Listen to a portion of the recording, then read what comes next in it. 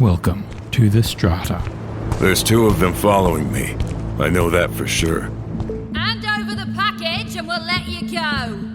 You'll let me go? Oh, that's cute.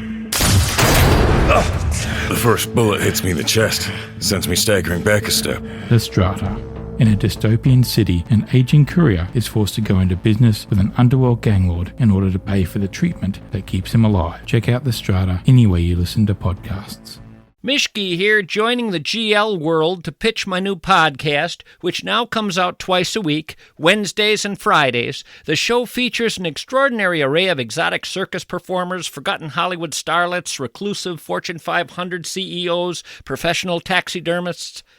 Wait a minute, that's a different promo. Where's the promo for GLers? Here it is, let's try this again. Mishki here, pitching my new podcast. We're out of time? Could I do it again? Arnold Investment Consultant brings you this Garage Logic episode. Call Josh at 952-925-5608 for a free 48-minute consultation. Hail the flashlight king.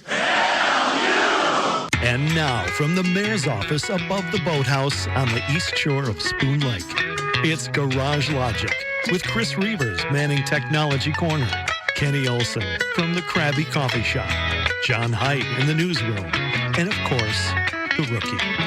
Here is your flashlight king, fireworks commissioner, and the keeper of common sense, your mayor, Joe Souchere.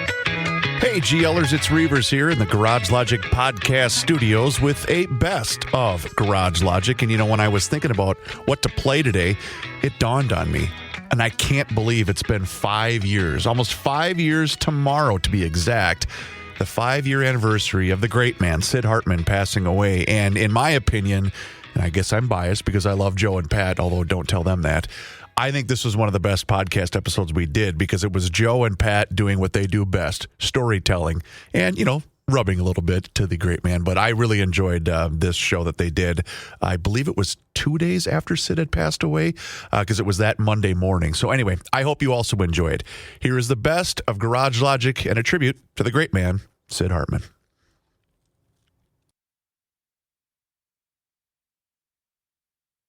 Frat Loney's Ace Hardware and Garden Stores brings you Garage Logic podcast number 480, a bit of a special edition today, October 19th, 2020. The high on this day occurred in 2000 when it was 84, and it was 15 degrees on this day in 1972. And now, from the mayor's office above the boathouse on the east shore of Spoon Lake, it's Garage Logic with Rookie on production, Chris Reavers, director of social media, John Haidt in the newsroom, and occasionally Kenny from the Krabby Coffee Shop. Here is your flashlight king, fireworks commissioner, and keeper of common sense, your mayor, Joe Souchere.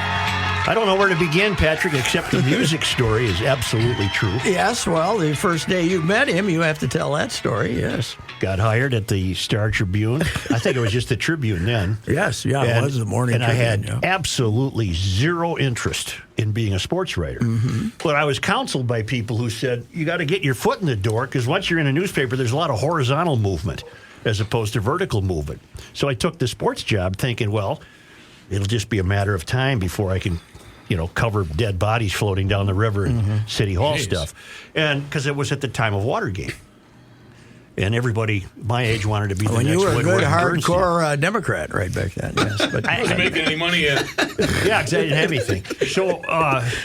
So I took this job gratefully. It was wonderful. Larry Batson hired me. And as I think back, what a remarkable lack of guidance any new hire was given. Because I just showed up day one, then everybody went out to dinner, and I was alone on the desk, presumably to answer phones or whatever. Did you know what to do if somebody called? We got a dead body on. No, it was the sports desk. Okay. So, okay. Yeah. But so in walks Sid. In a suit, you were right? You brought it. I was wearing a tie and the whole deal, you know. And in walks Sid with a big cardboard box. I had never met him before. certainly knew who he was. And I said, hello, Mr. Hartman, kind of like Prince said, hello, Yeah, right. hello, Mr. Hartman. And he didn't say anything. He just looked at me like, who the hell are you? Where'd you come from? And then he sits down and he starts rifling through this cardboard box, which I can only conclude now as I think back on it, had to be that day's press releases he must have picked up at all his stops. His notes, too. Gophers and wherever he stopped. And I'm sitting there somewhat in awe, thinking, this is pretty, look who I'm with. This is a pretty big deal. Yeah. And then all of a sudden I hear, hey, horse's ass. There was nobody there except me. Didn't quite know your name yet. And that was your nickname forever. I said, yes. He said, how do you spell music? Has that got a K or two C's? And all my bubble just burst instantly. I thought, you got to be kidding me. And to this day, I've said this before, to this day, I've always meant to go back and see in what context would he have possibly used the word music. That's amazing. Some gopher athlete probably said, I like music or something. Well, it was, I can't recall my first day there, but it was August of 1963. He was the sports editor then, but he didn't really, he had to approve my hiring, but Ted Peterson, the great Ted Peterson, the outstate high school guy and stuff, was the guy who hired me. But I do remember, as I wrote about today, you were there. Did he still have the half-column cuts on the column, the side of the column? Yeah.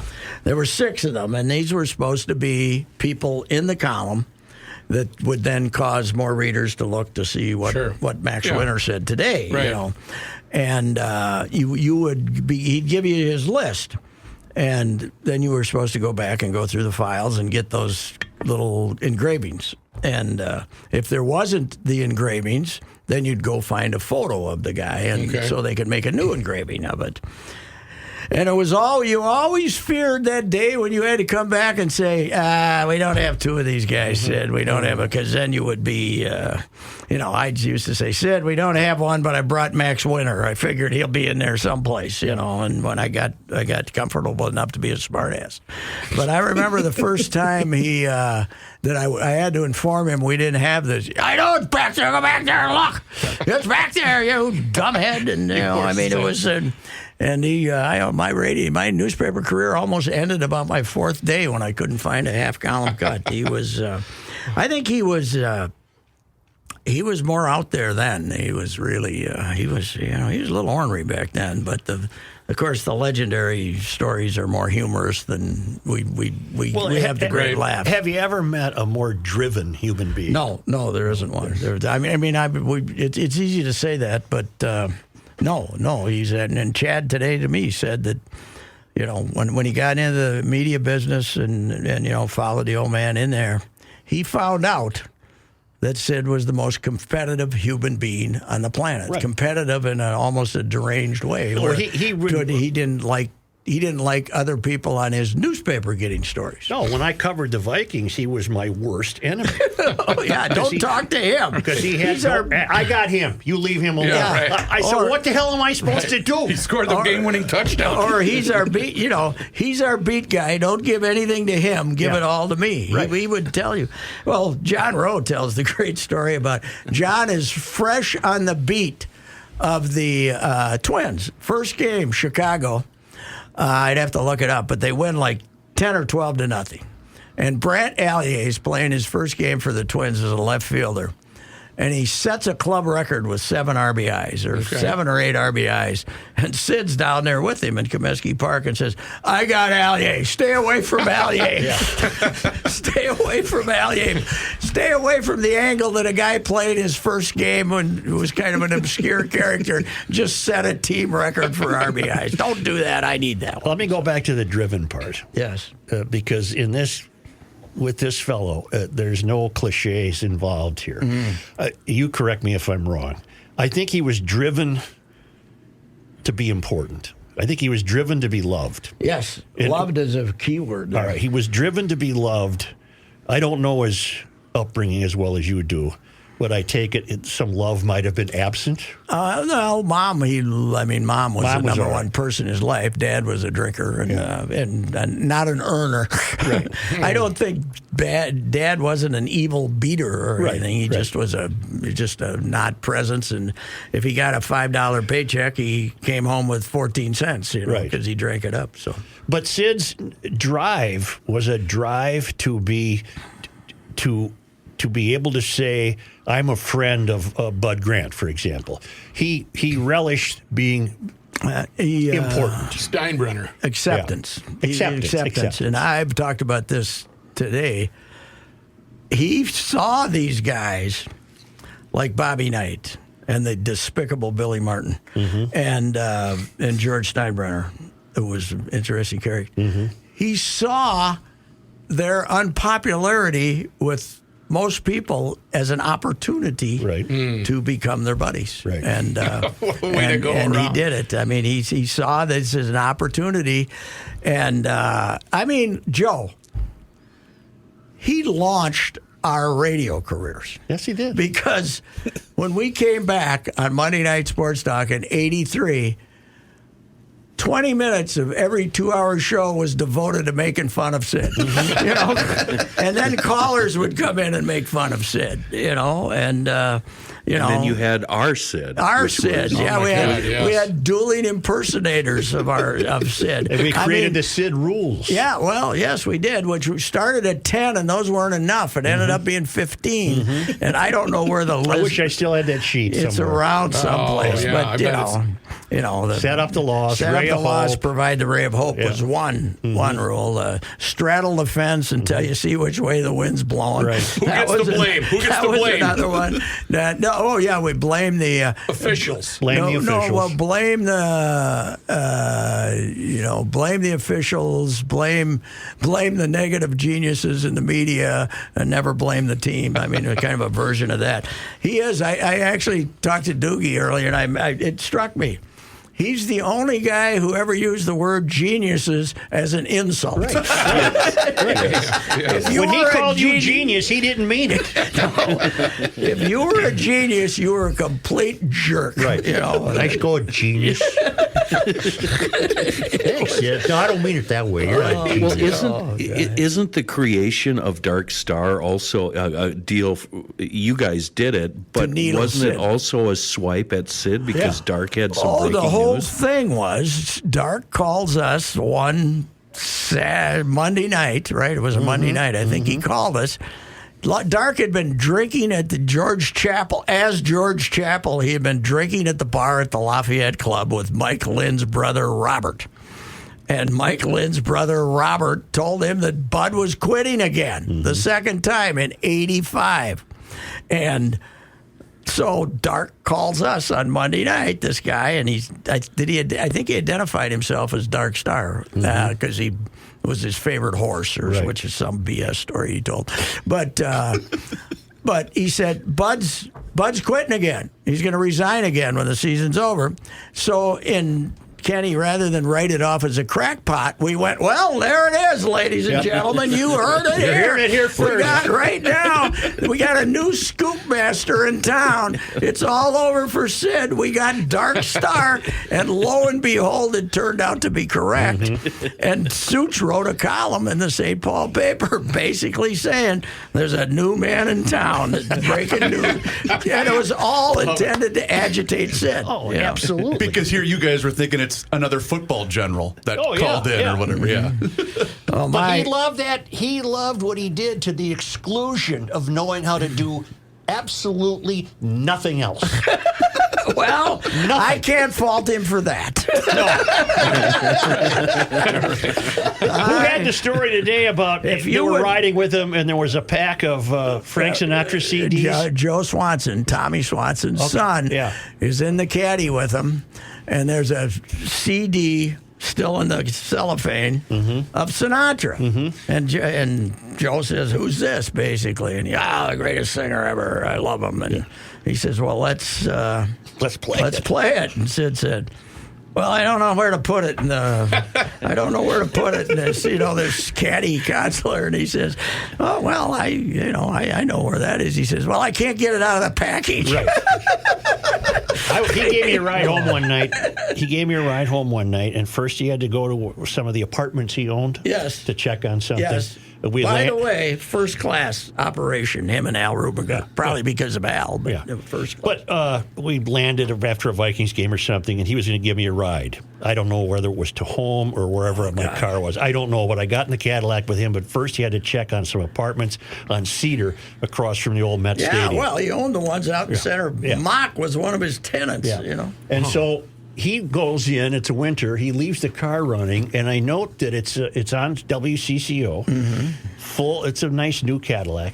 Full left front treble only. So WCCO here with the 10 o'clock. So I start fooling with the knobs, and I fade it till I get it front to back. I balance it. I get bass and treble, and I get a music station on. And it's sounding like I'm at a concert. And it was beautiful. He gets in the car. He drives. He slams on the brakes after about 50 feet and says, "What the hell is that noise?" I said, "It's your radio. You don't know how to work your radio." He said, "No, I never. I just it was. I can't figure it out." I said, "Well, it's all solid for you now.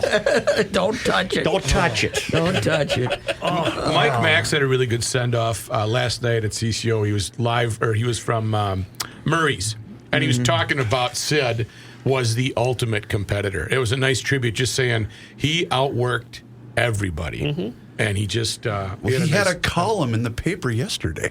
Yeah, that probably was done about Thursday because they were making him get his stuff ahead. He got it right. He always had his guy who helped him handle the copy, but in the last 8-10 years, it's been a kid named Jeff Day who really took good care of him. And it got to the point where Sid would sit next to him and tell him what to put in. But, for years, he was able to move the copy and do the other thing.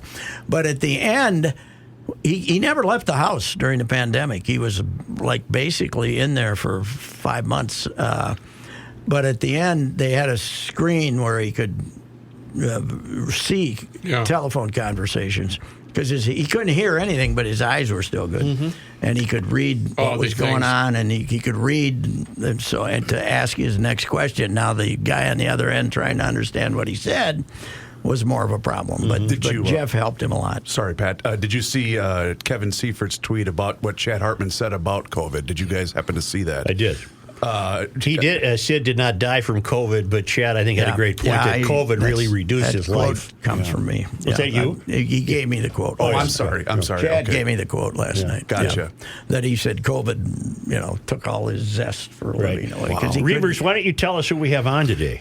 In about 15 minutes, we're going to be talking to Steve Rushin. Pat, help me. Is he still with Sports Illustrated? Yeah, he does. He's more of a freelancer these days. Nights at White Castle, Stingray afternoons. Great. One of the best sports writers in the country. Married to Rebecca Lobo. Yep. Huge fan of both you two and also Mr. Hartman. So I thought it'd be nice to hear from him. Lives in Connecticut, if I'm not mistaken. Yes. My story on Russian is Rebecca Lobo's here doing a women's basketball game, and I come up to her and I said, "Rebecca, Pat Ricey," I said, "I'm your husband's hero." And she looked at me like I was insane because he told me he used to ride the bike down to the convenience store to buy the Dispatch when I was a Dispatch columnist. So most people would pronounce it dispatch. Right. Sorry. Dispatch, 2 words. Yeah. A couple of, but about 3 months later, I'm at the NCAA hockey tournament in Ohio State, and Russian always covered he liked the Frozen Four, so he'd always cover that for SI. And I told him, I said, "Yeah, your wife doesn't believe it." So he called her. Yeah. He called her, got her on the phone, and said, "Yeah, this guy is my hero, and he wants you to apologize for not believing him." Yeah. Anyway, but I don't know. We were talking about, I guess there's nothing about us agitating him and Kenny and guys on the radio that I love more than when I went to my one Kentucky Derby. Mm-hmm. And on Friday night, I'm in this little barbecue joint out in the middle of nowhere, and Hubert Meisel and Dave Kindred walk in, 2 columnists, one from Louisville, one from St. Pete. And they are two of Bobby's guys. Mm-hmm. You know, Bobby had like 15 of them around the country, and they were two of his guys. Hey, can we sit down with you? Sure. And they said, hey, Bobby's joining us. And I said, as in night? And they said, yeah. I said, oh, that'll be interesting. So, because basically I devoted my every Indiana visit to agitating Sid by writing something derogatory. I'd always write about what a great program Indiana has without mentioning Bobby. Right. You know, I wouldn't mentioning the coach. These great players they get, blah, blah, blah. And so anyway, he comes in with his new wife, who was at that point, who was really a nice gal, and he was fine. I mean, I didn't talk much, which is hard to believe, I know, but I didn't talk much. But he did ask how Sid, you know, and I said, yeah, he's meaner than a snake or something. He said, well, that's good.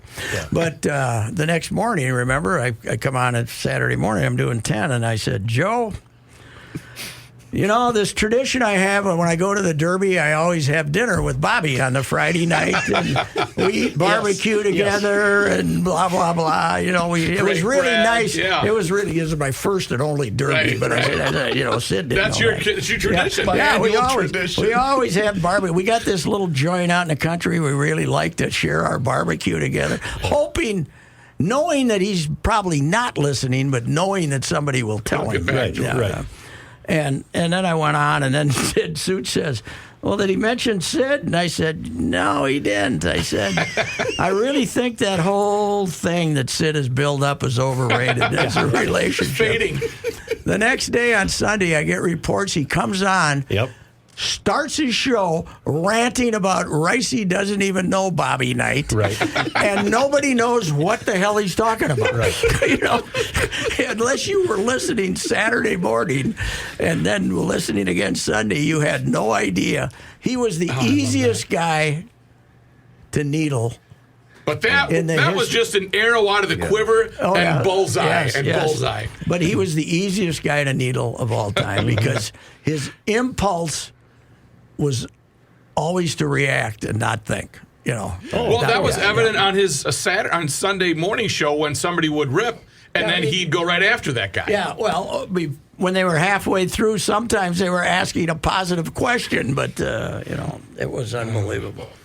There were two things drove him though, to when he dealt with local team officials and stuff, and really newcomers were A, getting the news, and B, trying to line you up as a guest for the Sunday radio show. I mean, 2.5 weeks after he broke his hip, he shows up for Fleck's press conference. At first time he'd been out. And basically, people think he's there to meet Fleck. He's there to beat on him, to get him to promise to be a guest every week on his Sunday show. He must have had monster numbers. That show must have been at huge. one time, it was huge. At one time, they said it was the highest-rated radio show in the country. Wow. Pat, we got a guy as a frequent contributor to Garage Logic, a guy named Dave Downing, and he says, here's my Sid story. Minnesota State Fair, 1980. Sid is holding court at the WCCO radio booth, taking questions from the crowd. I'm about to begin my senior year in high school. We think we've got a pretty good football team, so I asked Sid, who's going to win the Rum River Conference this year? Sid said, not Bram. I was wearing a Bram shirt. Fast forward a couple of months. It's the final game of the season. Winner takes the conference title. Sauk Rapids put 7 on the board. We go back and forth between the 20s, but can't score. Late in the game, Bram finally reaches the end zone. Coach goes for 2 in the win. We come up short. Not Bram. Sid was right. He set up the loss 2 months earlier.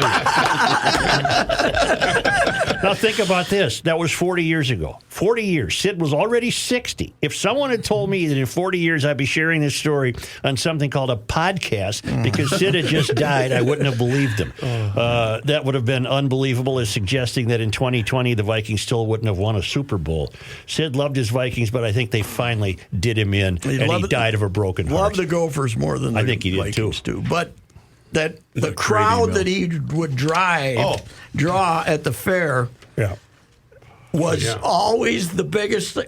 He only went to the fair for one reason, so he could brag about the crowd that he would draw in front of there. And, of course, it was like watching a chimpanzee in the circus. But Pat, that was the only time my dad took us as kids to the state fair, and it was because so he could see Sid. And he'd say, I got a bigger crowd than all you guys, suture age crowds. He's still, in 2005, he was still telling us how his crowds were bigger than Suture Hayes and bigger than anybody else. So everything was competition. I know, everything. Everything was competition. Bert writes, I had the amusing experience of serving lunch to the great man a few times years ago. Not so long ago, as a friend and I walked past his statue, I noted, since we're taking down statues, they should remove Sid's based on his crimes against food. Or waiters and waitresses. Yeah. I had the story today in my column I wrote, not the long obit, but the column was Byerly's, and he lived over on the creek. It's a creek, Pat. Yeah, over on the creek. It's the creek. It was Lime Creek. It's Bassett Creek. Damn it. All right. Yeah. But he lived on the creek. I lived over in the slums, but we were near each other, and we both went to the original Byerly's. Right. And at least twice a week, they'd say to me, your buddy was just in here, because that was back when it was still a union shop, and it was the same people worked there. Right. And we knew them all. One day, and I used to make the sign of the cross or give them a papal blessing or something when they told me that. And so one day I say to this gal who'd been there forever, I said, well, did he congratulate you on the fine service you gave him? And he said, no, she said. He told me to hurry up, as he always does. You guys think I'm a bad waiter? Sid was not a good waiter? Sid was not a good waiter.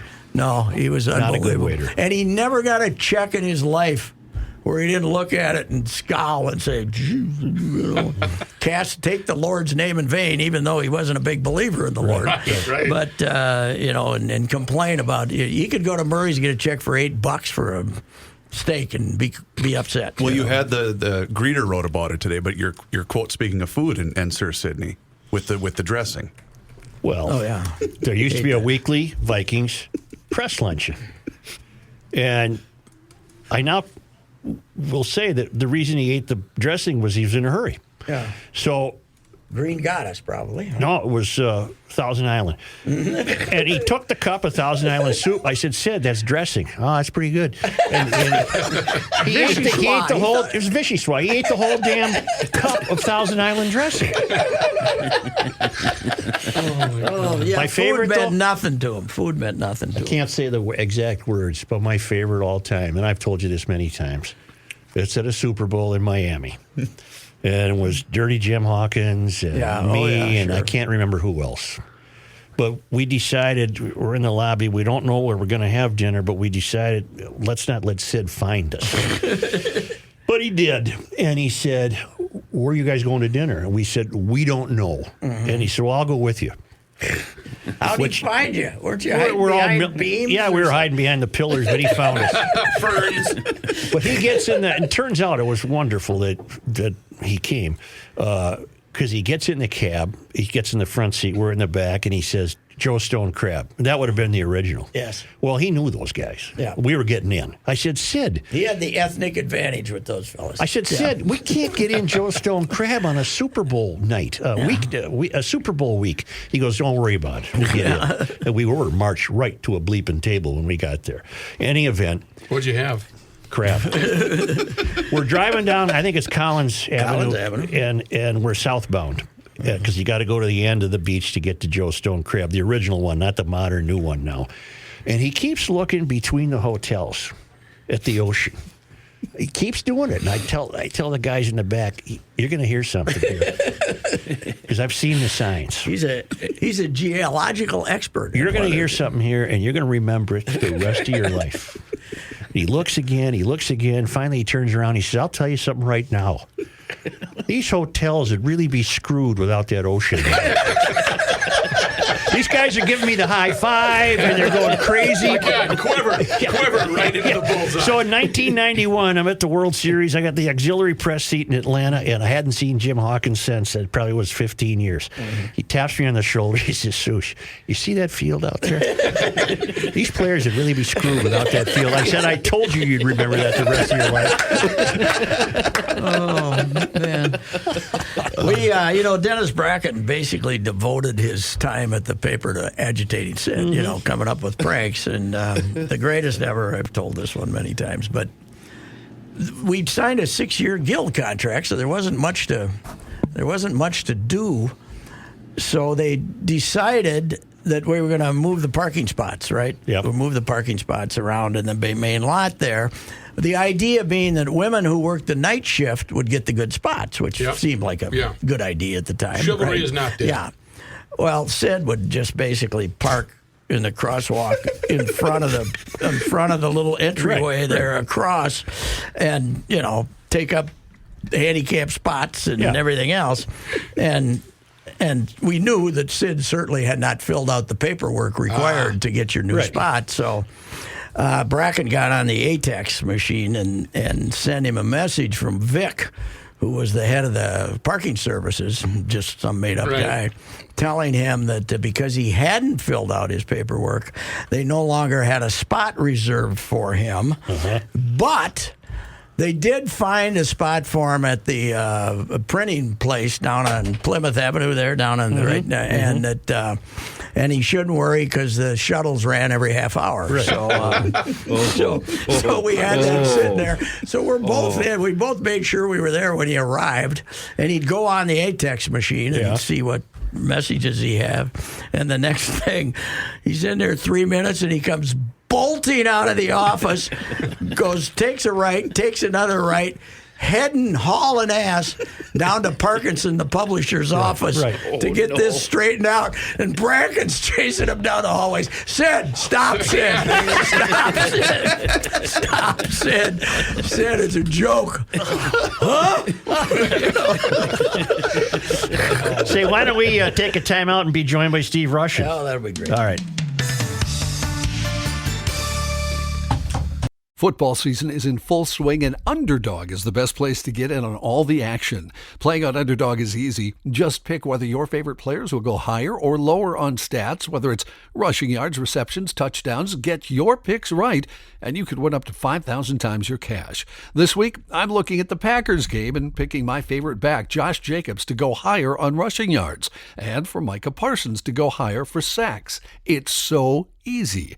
Download the app today. Sign up with the promo code GARAGE to score $100 in bonus funds or bonus entries when you play your first $5. That's promo code GARAGE. Underdog, make picks, win money. Must be 18 plus, 19 plus in Alabama and Nebraska, 19 plus in Colorado for some games, 21 plus in Arizona, Massachusetts, and Virginia, and present in a state where Underdog Fantasy operates. Terms apply. See assets.underdogfantasy.com/web/play and get terms _DFS_.html for details. Offer not valid in Maryland, Michigan, New Jersey, Ohio, and Pennsylvania. Concerned with your play? Call 1-800-GAMBLER or visit ncpgambling.org. In New York, call the 24/7 Hope line at 1-8778-HOPE-NY or text HOPE-NY 467-369. But you know what you could do? But first, Bunga bunga. You need a new garage door? Call Precision Door. They have models for every budget. Just think what a new door would do. Increase the value of your home, save energy, provide better security. And right now, GLers, you get $100 off a single door and $200 off a double door. They send out a designer. That consultation is free of charge. You can really end up with a nice operation. All of it done before the cold weather sets in. If you're satisfied with your current door, but she's acting up, maybe she's making a little racket, Precision Door will provide you the Noisy Door Tune-Up Special. Love that name. That's $149, and that's a $300 value. The special includes a 25-point safety inspection.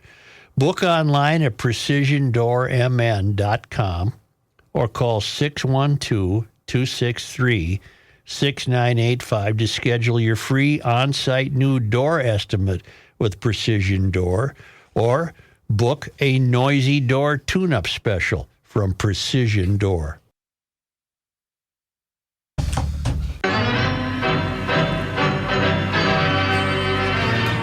Dragging this out, huh? Well, we've got a big sports talk fan on hold. Hi, Steve Russian. Joe here. Hey, Joe. How are you? We outlived him. We outlived him, Steve. I didn't think it was possible. I'm not sure, man. I'm not entirely sure, but that's what a guy told me yesterday, Steve. I told him Sid died, and he said, "Are you sure?" I told my dad. I got a text from a buddy in Minneapolis, and I said, "What?" in all caps, and I texted my dad, and he said, "But his column's in the paper this morning." Yes, right. How is that possible? Yes, right. I haven't studied yet.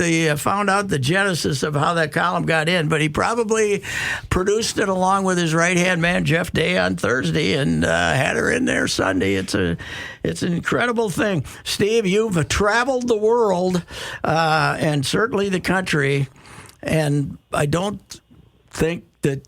Maybe in Minnesota, because we were so used to them, we realized that there isn't anything like this in America. Never has been.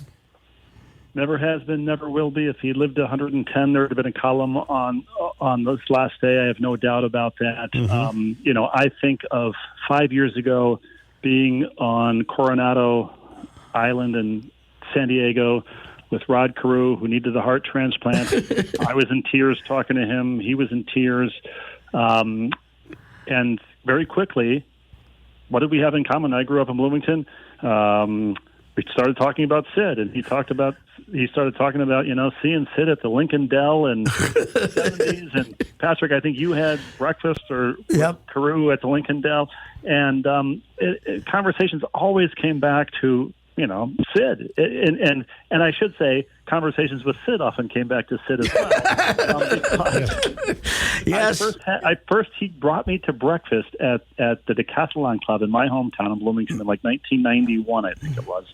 And it was great. It was like entree into his world of, the Minneapolis Athletic Club and Lincoln Dell and all these places, and that my parents had matchbooks too. But he very soon would ask me, when are you gonna write about me? When are you gonna write about me? And like 15 years later, 10 or 15 years later, I did. And he would frequently then say to me when I talk to him or run into him, remember that column you wrote about me? I said, how could I forget? Steve, what set up that meeting? What led up to that? Well, I was writing about. I think I was writing about when the Twins won the World Series, and then they were going to host. What were they hosting? The Final Four? We had the 1 year there where we had five things. Or the U.S. Open. The Stanley Cup. Yeah. So I was writing about that. And Patrick, I sat down with you with a tape recorder rolling in the lobby of the Star Tribune building, and we very quickly started talking about Sid. And I remember then 30 years ago, you talking about on his passing, you'll write an ode to him. Though, sometimes there was friction there or whatever. And the notion that was 28 years ago, yes. He was 72, incredible. Well, didn't you say you had written your column 12 years ago on him? I think the long obit that I wrote was it's at least 10. I'm not sure what it was. All I know is that I updated it twice in 3 years intervals, and then the third time that my sports editor Glenn Cribier told me I'd update it, I told him to do something that was physically impossible. I was done with updating this because I just wanted not to be like my buddy Augie, Mike Augustine, who ended up with a byline on Calvin Griffith 6 months after Augie died when Calvin died. So it's incredible. It's incredible the variety of feelings you have about the guy. I mean, you having not dealt with him on a daily basis, but it's. You were even when you were his friend, you were the enemy when it came to news. Sure. It's amazing. Well, I just know, at Sports Illustrated, if I were in a scrum at a locker at, say, a Twins postseason game, that, they wanted me to wait out the crowd so that whatever people were writing for the next day, I needed something that would, stand up the following week and that wasn't already in the papers. But you couldn't outweight Sid. He had the shoulder harnessed, howitzer microphone tape recorder thing, and he'd be looking at that tape rolling and kind of looking off at the people around him in the scrum with a microphone pointed at the guy, and eventually you just kind of have to cry uncle and move on to the next item on the buffet. Yeah, he spent a lot of time with his tape recorder out looking around the room to see who other people were talking to. I've seen him drop an interview to go to somebody that he thought was more important. Well, that's. I mean, eventually he became one of those guys. I mean, I say one of those guys. How many were there? Jim Murray's the only other guy I can think of. I was at a Clippers-Pacers game in L.A. years ago, and Reggie Miller was playing for the Pacers, and he was talking to reporters, myself included, at his locker, and then all of a sudden he demanded that the waters part, and there was Jim Murray, whose eyesight was failing at that point, being ushered into, Mr. Murray, how are you? And that's the way the only other guy I can think of who, the athlete deferred to the reporter and not vice versa. I can't think of anyone because I was going to say Red Smith, but no, Red was never there to curry the adulation of an athlete. Red was there to write a story, to write literature. Yeah. Well, but Sid was, he was just. He was also there to get something on tape, man. So he could. Well, I mean, I have always loved that when you talk about Red was there to write literature. Sid was there to have Pat write his story, which I just love the sports writer who had the writer write his memoir. And proudly, by the way, although I did have the advantage of calling him one day that he had edited out of. I'd write a couple of chapters and give them to him, and he'd edited out his birth date. And I said, Sid, we're going to charge people $25 for this. We should tell them when you were born. He said, well, you don't have to tell them I was born. Just say I was born. You don't have to tell them that. And I said, well, in your case, that's information because a lot of us think you were hatched. Yeah. So anyways. There was no beginning and no end. I mean, it was... I remember talking to him, and you know all this. Guys know all this, but being present at the creation of the betting line or picking up George Mikan at the airport when this year the Lakers win another title with LeBron James. This was a continuous line from. It was like being at the the presence of the invention of fire when God touched the ceiling, touched the spark to Adam. Yeah. That was like I had somebody tweet me last night that my dad said he'd been reading Sid's columns since 1942. And it just not only did it seem like it would go on forever, it seemed like it never had a beginning. It was just always there. Was it 1942? 44, but well, do you know how he got the column, Steve? You know how he got it? Remind me. Dick Cullum couldn't get to work because of a snowstorm. Dick Cullum lived in Hopkins. Couldn't get into the paper. He called. Because Sid was Cullum's guy. Sid was Cullum's hire. Yeah. And Dick said, Sid, I can't get in. Sid said, don't worry about it. I got everything taken care of. And the next morning there was his columns in the paper. Notes in there. Yeah. But don't worry about it for the next 80 years. Right. Yes. And his first task, though, Steve, for Dick Cullum, the great Dick Cullum, was a hell of a guy. Mm-hmm. And was as a copy editor. Can you imagine that?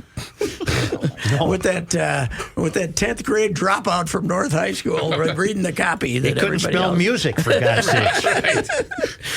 But I think of so many of those Sid-isms that come to mind. The accosting Spud Webb at the airport and calling him Spider Webb, like welcome to Twin Cities, and I had a column I wrote about him, saying they're building stadiums for every team in every city in America with the exception of us in Montreal. And it's like, okay, that's not exactly in America, but it's part of the charm. Obviously, was what made him him. Oh, he's damn near Yogi Berra-like sometimes. Oh, totally. God, yes. Yeah, Jim Finks died because he smoked like a fish. Yeah, he smoked like a fish. And that one. Oh God, he was. I do know. I did hear that he had at a lunch had eaten the soup and was halfway through the salad when he asked the waitress where the salad dressing was, and she said, "You just ate it." I was there. I saw him do it. Oh my God. It's a true story. It was a Thousand Island dressing. He wolfed it down.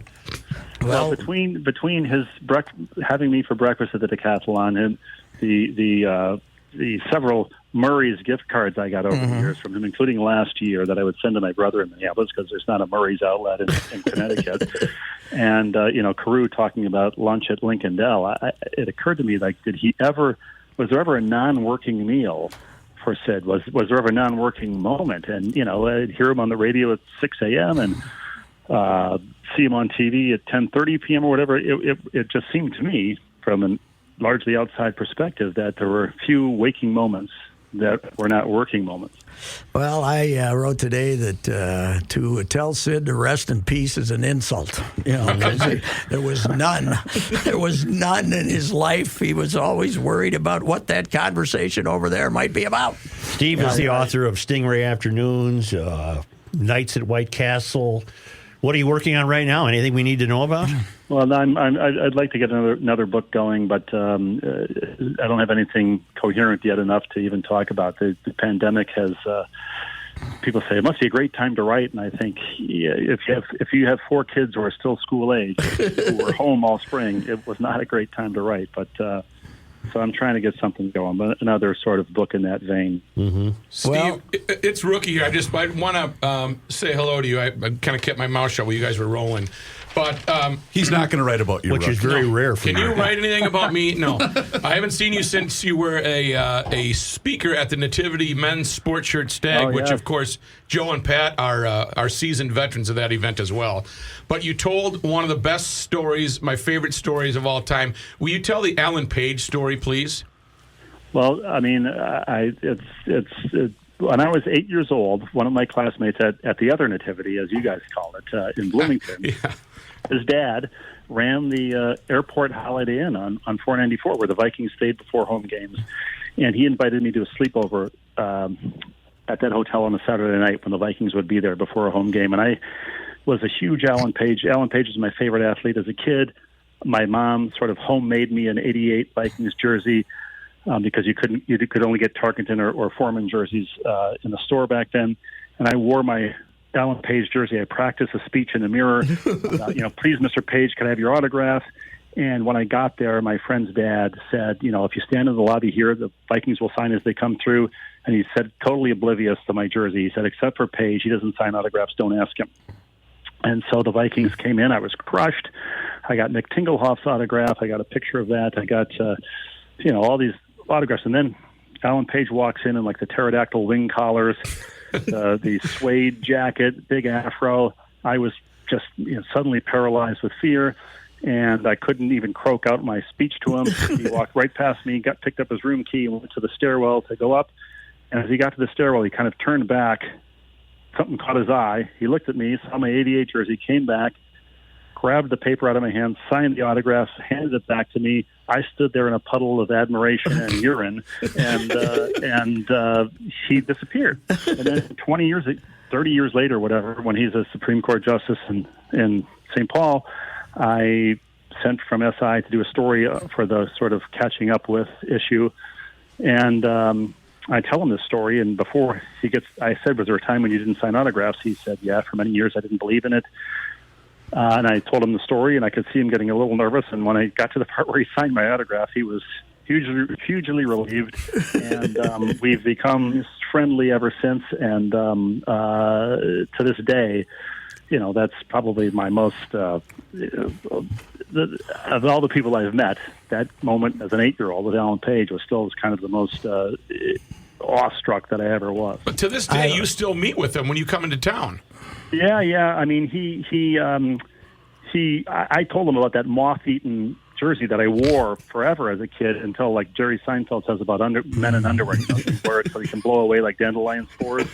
Well, I wore that, and weeks later, I got in the mail a 3/4 sleeve Vikings white with the gold hoops on the shoulder, '88 jersey signed by him, and said, "Here, I hope this will replace the one that that blew away as a kid." And so, yeah, I've gotten together when I've been in the Twin Cities. I've literally ran into him in the center of Nisswa, in the middle of the summer a few years ago, up at my sister's cabin, and he was up wherever he makes his maple syrup. So yeah, it's been a thrill and privilege to have gotten to know him a little bit. That I love the guy, but that left finger on his hand is freaky, man. The one that points sideways makes me nervous, man. It's unbelievable. I was with my then young son when we ran into a Nisswa, and he was kind of looking away, looking at his finger and then looking away. I didn't see where that finger was pointing because it goes at a right angle. Unbelievable. Steve, thanks a lot, sir. It was great. Guys, thank you so much. Okay. All right, take care. Great Steve Rush. One of the best writers ever. Mm-hmm. Yep, really good. But got hired by Sports, grew up in Bloomington. Yep. Got hired by Sports Illustrated right out of market. Yep. No, didn't stop and I go. thought he had worked here. Never worked for a paper, did he? No. Sports Illustrated. He had gotten an internship at Sports Illustrated while he was at Marquette. Mm-hmm. They liked him so well, they hired him straight out of college. Wow. Doesn't happen often at SI. Is he still with them? Yeah, I think he still does some stuff for them. But I mean, they've changed ownership now. They're coming out of someplace down in North Carolina. Ricey. I don't mean what? I got hired at AM 1500 right out of Brown Institute. Yes. So did I, Kenny. These two knuckleheads were so impressed with me, they hired me right on the spot and said, you rookie, you do the weather here. It is amazing the way we went through producers, and now this guy's been around for 30 years. I will go away. Yeah, Russian rookie Olsen. He outlasted the station as a producer. Yeah. With football season in full swing, Underdog is the best place for you to get in on all the action. It doesn't get any easier than Underdog. Just pick whether your favorite players will go higher or lower on stats like rushing yards, receptions, touchdowns, and more. Get your picks right, and you could win up to 5,000 times your cash. A few weeks ago, the Dallas-Green Bay game was very good to me. I picked 6 players and stats, got them all right. Instant winner. This time around, I'm sticking with the Packers. I'm looking at Jordan Love to go higher on yards passing. Download the app today, sign up with promo code GARAGE, and score $100 in bonus funds or bonus entries when you play your first $5. That's promo code GARAGE. Underdog, make picks, win money. Must be 18 plus, 19 plus in Alabama and Nebraska, 19 plus in Colorado for some games, 21 plus in Arizona, Massachusetts, and Virginia, and present in a state where Underdog Fantasy operates. Terms apply. See assets.underdogfantasy.com/web/play and get terms _DFS_.html for details. Offer not valid in Maryland, Michigan, New Jersey, Ohio, and Pennsylvania. Concerned with your play? Call 1-800-GAMBLER or visit ncpgambling.org. In New York, call the 24/7 Hope line at 1-8778-HOPE-NY or text HOPE-NY 467-369. Guy wears many hats, just not indoors. Joe Souchere. I see similar stories. I saw similar stories on Twitter. I think Chip Scoggins said something to the effect that upon the arrival of their first child, some baby clothes arrived at his house, and I tweeted back, Chip, the same thing happened to me, except the postage was due. The first kid was born, and Sid sent over this really nice snowsuit. I had to give the guy at the door about $4 just to get the thing. Oh, God, it was wonderful. You know, the great Terry Ferris was the secretary of the whatever we gave her title it was. She was the sports department, and she was in charge of sending the notes to people who were in Sid's column. Right. You know, Sid would say, send a note to them. And there was, not the locals, but like if he got a national guy on, he'd send him a note. Thank you for, but the notes carried 2 themes. You're the greatest, or you got screwed. Yeah. You know, the two ways to kiss up to athletes. Right. Tell them they're the greatest, or telling them that you would have been the greatest if you hadn't got screwed. Right. And she gave me like 500 of these notes when I was writing the book, but she could have given me one. Right. Except she gave them to me to show me the variety of the people he'd written notes to. But she was and there were 500 of them, but she wrote 25,000. Right. I mean, she wrote 25,000 of them, and he'd tell her what he wanted in them. Whether you would go with you're the greatest angle, or you got screwed angle, you had to know which angle to use. Yeah. But I guess the hardest I ever worked on a Sid prank was the Tommy Herr. the Twins won the World Series in '87. Early in '88, they traded one of their most popular players, Brudansky, for Tommy Herr. I'm still upset about that. Because Kelly wanted a two-hitter. That was back then, who could move runners, and he didn't like Lombardozzi as a player. Yep. And Neither did Glenn. And it didn't work out. Tommy played 35 games, and I actually stole this from Tom Powers, who was covering who was the beat guy for the St. Paul paper. Tom started calling her the Iron Horse, but he couldn't use that because he was a game story writer, and I was still in St. Paul, so I stole it. Right. And started calling him the Iron Horse. But he only played 35 games. He was Mr. Whirlpool, and then he leaves, and he ends up in Philadelphia. And he's quoted, and the Phillies come back to play the Cardinals, where he was wildly popular in St. Louis. They come back to play the Cardinals, and in the St. Louis Post-Dispatch, Herr's quoted as what went wrong. It's a what went wrong in Minnesota story. Mm-hmm. And Herr's quoted as saying, well, the big guy at the newspaper up there misquoted me when I was there right away, never identifying who the big man in the newspaper was. But Sid, he used to get newspapers from all over, and he'd go through them. He finds this. And he quotes him as saying, the big man at the newspaper, blah, blah, blah. And he says, well, Tommy Herr, I didn't misquote you. I have it on tape in there, even though it isn't named. So I said to Bracken, who was the fellow schemer, okay, we got to do. What are we going to do? What are we going to do here? Because he's assuming he's the big man at the newspaper. He's running with it. And Paulie Hagen's a good friend of mine. And he covered the Phillies for a long time. He won the Spink Award. He's in the Hall of Fame. And so I said, I'll get a hold of Paulie, and we'll have him get some Philly stationery. Yeah. And we'll have them type up a note that's saying that when I'm sorry, when I referred to the big guy at the newspaper, I wasn't talking about you, Sid. I have all the respect in the world for you. I was referring to Charlie Walters from the St. Paul Pioneer Press.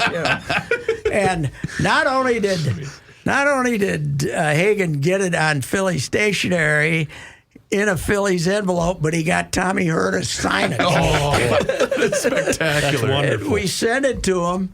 So, like a week later on Sunday morning, I'm listening to it to see if he's got, because I saw the letter come through. I knew he had it. And he mentioned that he got an apology from Tommy Herr, but he didn't mention the Charlie Walters part. And I don't think we ever revealed the fact that it was. But that it ground him up something. Oh, sure. Beautiful, because Charlie became a burr in his saddle, because we never had anybody like that at St. Paul. Don Riley wasn't breaking stories unless he imagined them. Right. Interviews with Thomas Hearns, in depth. Who wasn't talking to anyone. But that was anyway. That was a great one. To work that hard to have it succeed was a great one. Yes, you're telling me what? Kevin Seifert is now with us. Wonderful. Hello, Kevin. Hey, how are you, Joe? How are you? Good. Kevin, they need the Prince story, and then I got something to ask you. Okay, sure. Okay, we're ready. We're on the air. Go ahead, sir. Oh, I got you. Okay. So my favorite Sid story happened in January of 2007, and it was very much related to Bob Hagen, who witnessed the whole thing and passed it along to me. I can't even claim to have seen it, but in basically the way the Super Bowl works is that the halftime show is the person who's related to the halftime show who's doing the halftime show has to do a press conference during the week, and in January of 2007, which was the Super Bowl between the Colts and the Bears, the halftime guest was going to be Prince. And so someone said to Sid, "Hey, Prince," or said to Sid, "Hey, Sid, you've got a local angle for your for the halftime show. It should be a pretty good thing for your column." And he goes, "Oh, is that right?" I don't know if he knew who Prince was, or I'm guessing he had probably heard of him, but maybe didn't know a lot about him. But he goes to Hagen because Hagen was working the Super Bowl that year as a press aide, and says, hey, hey, set me up with that Prince guy. I want to talk to him for a few minutes for my column. Just set me up. And as you know, Bob Hagan tries his very best to do everything he can to, especially with Sid, to facilitate in the interview. And I think, Hagan said something like, well, I don't know, Sid. I mean, that's a little bit of a tall task. Come on, I just need to talk to him for a few minutes. He'll be fine. Yeah. And so Hagan says, all right, well, do me a favor here, huh? He's supposed to do a press conference on whatever day, Thursday. Why don't you meet me half hour beforehand, and we'll see if we can't find him and catch him for a few minutes. So they hatched this plan to meet at the security door at the Miami Convention Center, and Bob would try to get Sid behind the scenes to the green room where Prince would be prior to this press conference. And so they get through the first guy fine because Hagan has a NFL league credential, and second security guy is a little bit tougher, but eventually Hagan says, look, you probably don't know who this guy is, but other than Prince, he's the most famous person in our entire state. Mm-hmm. And so that gets them past the second round of security. And the third guy, he's not too happy about it either, but they eventually talk their way through it. And so now they're in this hallway, and they're headed to the green room, and they actually see Prince walking out the green room towards the other side, and he's got this big entourage, and he's going to be heading out to this conference room to do this press conference. And Bob's like, well, Sid, there he is. And he goes, is that him? Yeah, that's him. So Sid did what he always does, and he flagged down the guy, and he goes, hey, Prince, hey, come here, let me talk to you for a few minutes. And so, I guess as Hagan tells the story, it's this, everybody freezes. Yeah, right. The security people, the PR people, the entourage from... nobody knows what's about to happen. And so, I guess even Prince just stopped and kind of slowly turned around to see who this was. And Prince looked at Sid, and Sid looked at Prince. And finally, Prince goes, well, hello, Mr. Hartman. How are you? Yeah, right. I love that. Yeah. Little basketball player from North. He knew him. Yeah, he's a sports guy, right? I mean, I guess, people should remember that Prince, had been to a lot of Timberwolves games, I think. Yeah. So I'm sure that he had at least seen Sid across the way.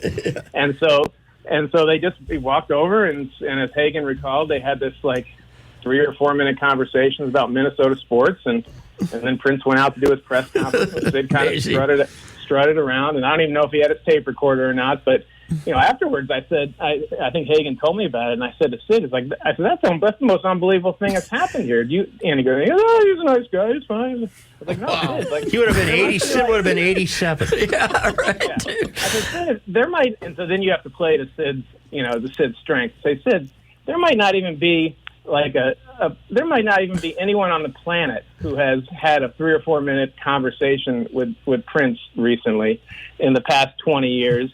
And certainly not a sports writer. I mean, this was big. And he goes, all right. He was like, look. He had no idea, I bet. Well, he didn't know. I guess he just didn't know how significant it was, or how eccentric Prince was, that it would be such a preposterous thing to even consider that you're going to hey, flag him down in a hallway and accost him and start asking him what he thinks about the Timberwolves.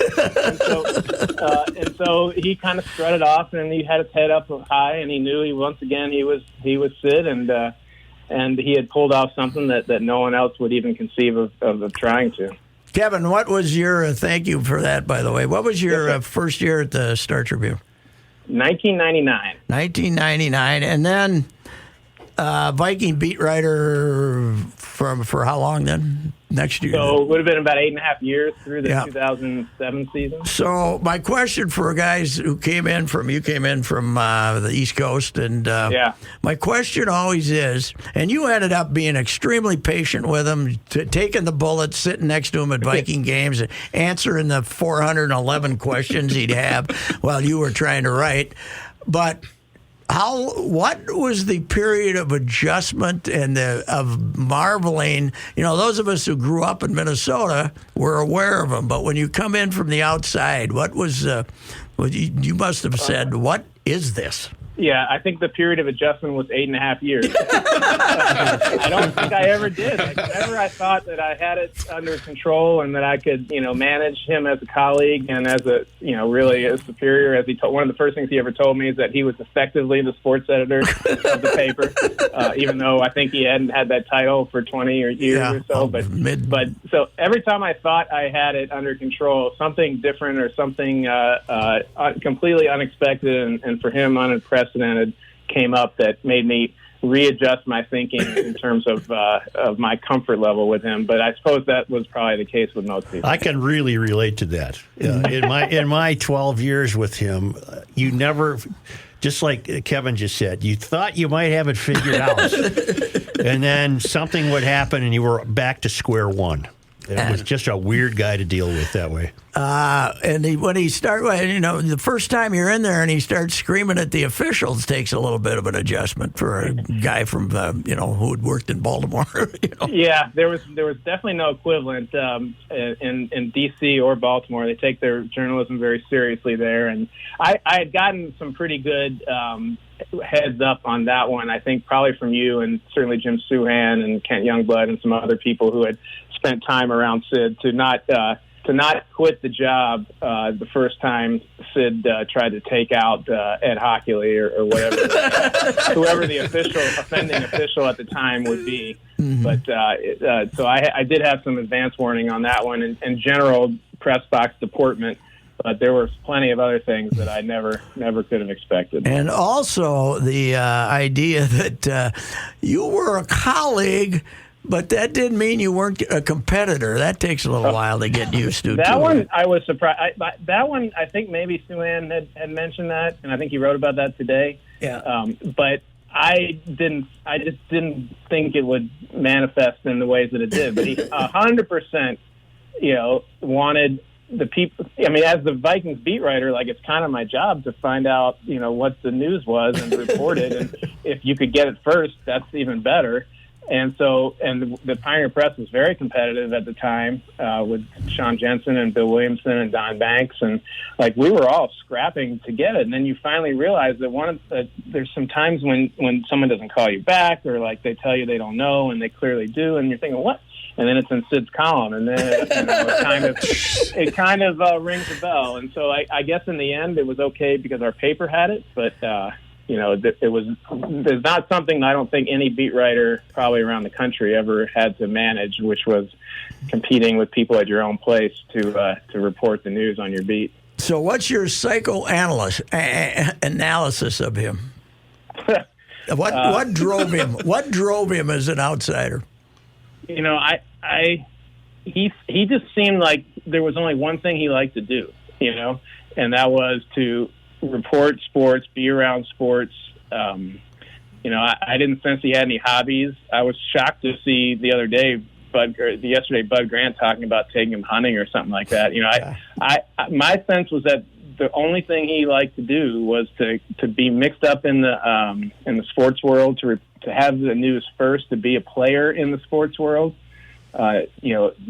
Influencing decisions, leaving legacies like stadiums and all that, and he was driven by that, I think, because he didn't know what else to do with himself. And it was kind of a poignant quote from Chad, and I think it was in your news story today, Patrick, about COVID didn't kill him, but the environment around COVID certainly, took the zest out of his life. Kevin, you said you think he didn't have any hobbies. I can attest to that. My wife and he called us one night, summer night, and said, let's go out to dinner. And at the time, he had a beautiful home on the river, on the St. Croix. Yes, I was there once. Yeah, and we got there, and we couldn't find him. We're yelling, Sid, we're here, we're here, we're here. It was gorgeous, 85 degrees, beautiful sun. He's got a deck that overlooked the river and the whole deal. Great Finally, we hear him say, well, I'm in here. We go in. He's sitting in a dark room with the telephone next to him. He's wearing a suit.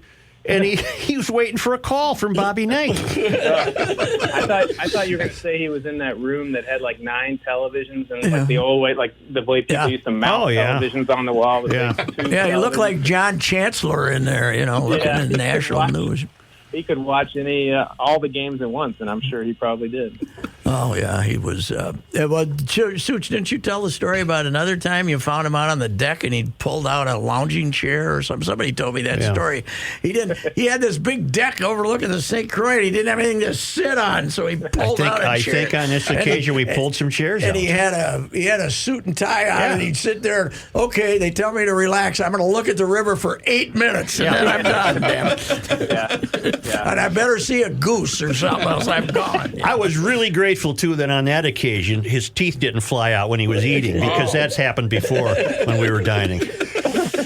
People were ducking. Look out, there comes his teeth. Were you in on a life-saving moment at Interlaken? Me? No, Kevin. No. You weren't there for that dinner. No, Okay, not there at was. all. I think it was Selena Roberts maybe and Kurt Brown. They were eating at Interlaken and Sid started choking on something and they went over and gave him the Heimlich and boom and 10 seconds later he was stalking back to where he was. Thanks, genius. Well, it's much easier to choke on food when you talk throughout the meal. That's right. Kevin, thank you, sir.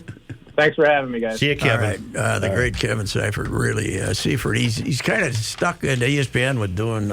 Well, in fact, he filled in for the gentleman that passed away. He covered the Viking Atlanta game yesterday. Yeah, the Vaughn McClure. Yeah, the Atlanta beat 48 guy. years old. He must have been a hell of a guy. I didn't know him. But how about those Vikes, huh?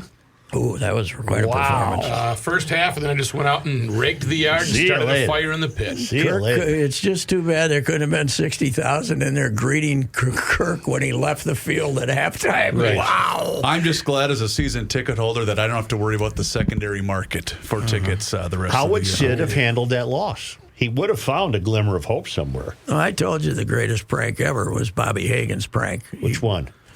Bobby Hagan is the Vikings public relations director, has survived impossible odds, several changes. I mean, he's a survivor. Yep. And he genuinely loves it. Mm-hmm. He loves characters. You know, he's a quiet guy. He doesn't give you any information. That's how he survives. He, keeps his mouth shut. Yes, he'll talk to you. He's friendly as hell, but he ain't going to tell you, watch out, they're going to cut this guy. And he genuinely loves him, but Bobby is. But now Sid breaks his hip. Mm-hmm. On Friday, he falls on the ice, and he still goes to what he was supposed to go to, and then he's going home, and he can't walk. Ooh. So they get him, and they found out he has a broken hip because he slipped on the ice. So they have surgery on Sunday. That same day, on Saturday, the same, basically, life-saving surgery. I remember it was a Saturday because it was the day of the Hubbard Christmas party. And on Sunday, they play their first year in the new dome, they play that stinkeroo against, was it the Colts or the Ravens? Yes, I think it was the Colts. They get beat like 30-0. The new dome. Yeah. they get, the Taj Mazzigi. Yeah. And they just stink it out. And Hagan gets a signed football. He's got a football that just got everybody's name on it, but he basically puts the score and the date on it, and 34-6, I think 34, Vikings 6, and then puts the date on it, and then he goes and presents it to Sid on Tuesday. They wanted you to have the game balls. And he goes in, he's laying there, and he's still trying to recover, and they made him get up and walk that day, and it damn near killed him, and he's laying there, and he goes into this profane tirade. I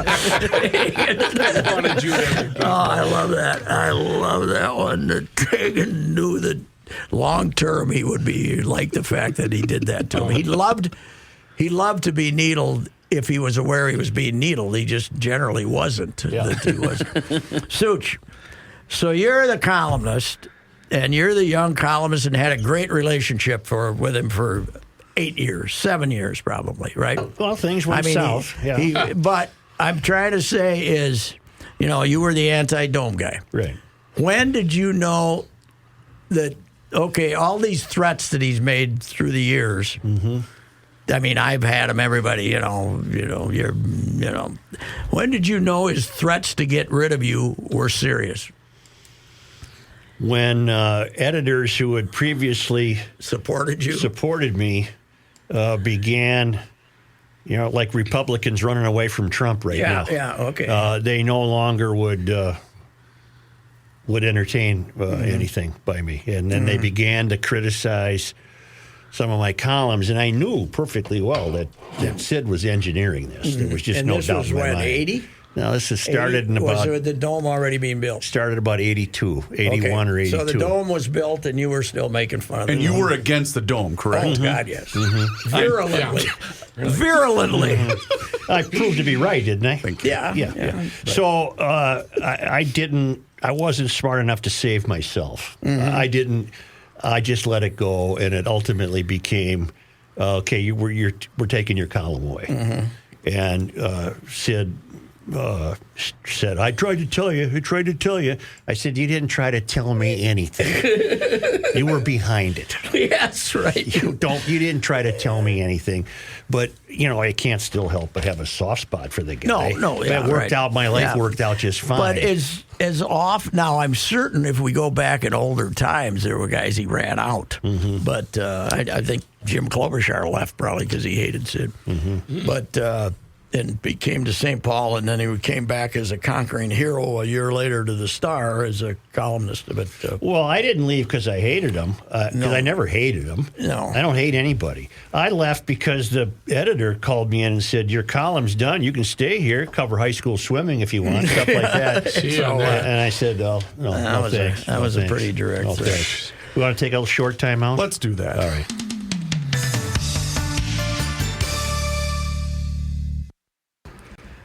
They didn't know he had a theme. Oh, he's always got a theme. He's a big Tennessee Vols fan. Nice effort against Kentucky. God almighty. Is that the worst Tennessee loss to Kentucky and not in basketball? I would say ever. And the good news is we got Bama this week, so we got them right where we want them. Okay. Yeah. You'll only give up 65. You might get 30, but you'll only give up 65. So we want to say hello to Chip Scroggins here today. I didn't realize he called you Scroggins for 10 years. Yeah, it was probably even maybe longer than that. He called me Scroggins and on the air. And so we were in our old building, Pat, and he comes in one day, he's like, Scroggins, come here. And so he calls me in, and he's like, my son's been telling me I called you by the wrong name the whole time.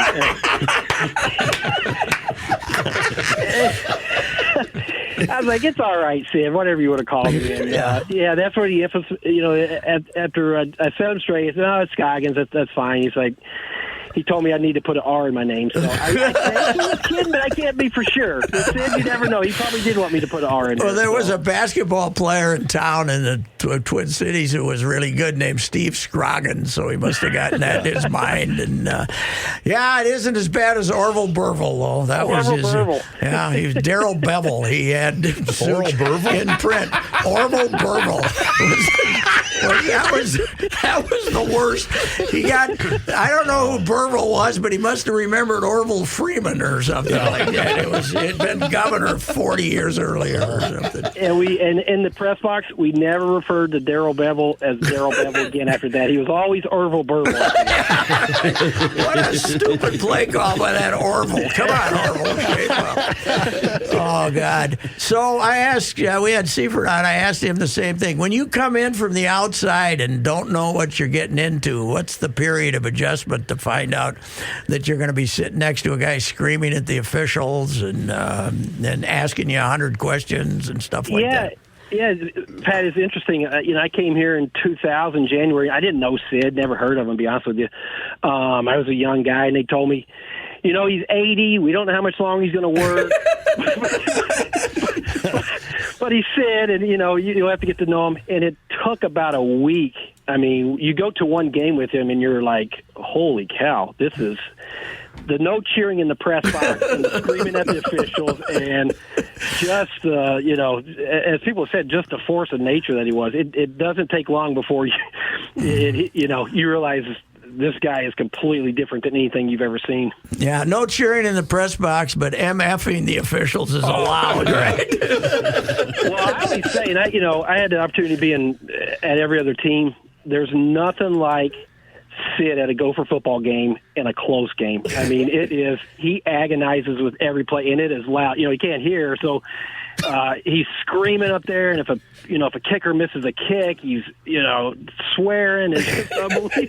He literally every play was just agonizing for Sid for football. So I still think, and you probably agree, Pat, that was his one sport where his heart lied the most.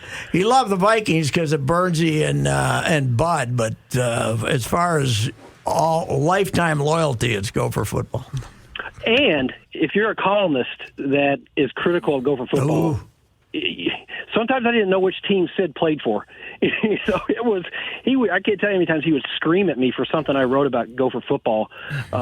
He just did not like those guys being criticized. And so there were many days I walked into the Tuesday press conference and had to deal with Sid yelling at me for something I wrote about Gopher football. Well, think how prominent the Gopher football team was at the height of Sid's youth, basically, the 1950s. He started in 44, and he was in 46 after the war, as he pointed out. People had some money, the economy was going, and we all wanted relaxation. We had just gone through the Depression, followed by World War II, and everybody was in a happy mood, and the Gopher football was the big attraction. Big deal. In 1949, Bud was on that team. That's not way before my time, but slightly before my time.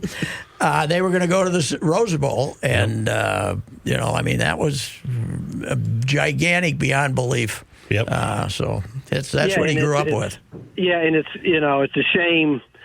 I know a lot of long-suffering Gopher fans are pining for the days they go back to the Rose Bowl.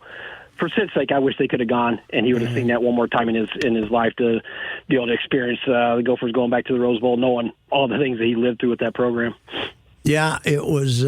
He worked hard. Well, if all those no good Minnesota youth had come to the U instead of gone to lousy schools like Notre Dame, maybe they would have gone to the U. That's right. Was Roy Tutt still? Roy Tutt was still there at the Metrodome, right up there, stuck up in that corner. Yeah. He was. Roy was the head of recreation at the University of Minnesota, and he was also the referee. Observer, just the observer, stuck in a corner at the Metrodome up there, and I'd always go up at halftime and say, "How many visits so far, Roy?" Because instead of go charging up there to scream at Roy Tutt like he had something to do with the call. He would scream at him, but who got it? Probably no official got it more than Eddie Hightower, right? Oh yeah, Eddie. That's my favorite Sid agitation ever was Eddie's. I did a column on Eddie, and then a couple of years later, Sid isn't at the Gopher game, and we're standing down there in that hole, and sitting down there in that hole, and Sid wasn't there, and Eddie's standing above me on the floor at Williams Arena, and we're getting ready for he's got the ball, and in a minute he's going to throw it up, and I screamed my lungs out. And I said, Eddie, because there's noise going on. He turns around and looks at me, and I said, Sid couldn't be here today. He wanted me to tell you you're a no-good bleeping bleeper. And Eddie laughed like hell.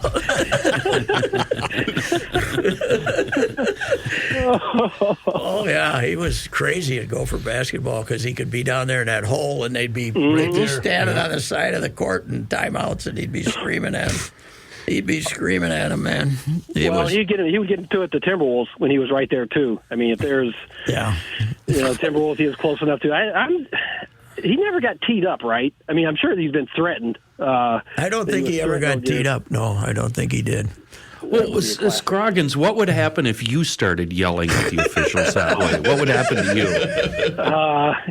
I think that'd be my last column, probably, right? Right. Just go ahead and submit my resignation with it. Yeah. No, it was, I think with those officials, they all came to expect it, right? The ones that did enough Gopher games, they knew they were going to hear Sid barking at them, and so it was just part of the deal. But yeah, I mean, there were Sid rules, and then there was rules for everybody else, and he had his own set, that's for sure. Yeah. Chip, you did have a chance to work on some stories with him too, right? When you're trying to find out information once in a while, he would. If it was a story worth making big news, he would use his contacts to help people out, Yeah, I would say degree. early on when I was covering the Gophers, if there was some kind of, not little things, but injuries, but if there was something significant, he would definitely. You hated doing it, right? But you would say, Sid, can you make a call? Because he just has so many contacts, and you knew he would be able to get through, whereas we couldn't. We couldn't just walk in an office. And I can tell you, it drove me crazy sometimes because we wouldn't have access to these coaches. But he would just go walking in, whenever he wanted. Every day he'd make the rounds. He would go walking in and it's just, if you tried that, you'd be escorted out of the building. So that we never could get. And, you know what he was? He was human Twitter before Twitter. Without doubt. Without doubt. Yeah. Yeah. And so you leaned on him to, hey, can you have coach this or can you find out this? And he would make the call. He'd always, now he might want to scoop by himself, or he'd always say, I want a byline. He always wanted that byline. Yeah. But he, John Rowe told me that first time he's in Ann Arbor as the Gopher beat writer, he says, come on, Sid's with him. He says, let's go talk to Bull. And they blew past 4 secretaries telling them to stop and just walked right into Bo's office, the orneryest SOB in college football. And Bo gets up, Sid, how you doing? Anybody else, they would have called 12 security guards and had you climbing out. Yeah.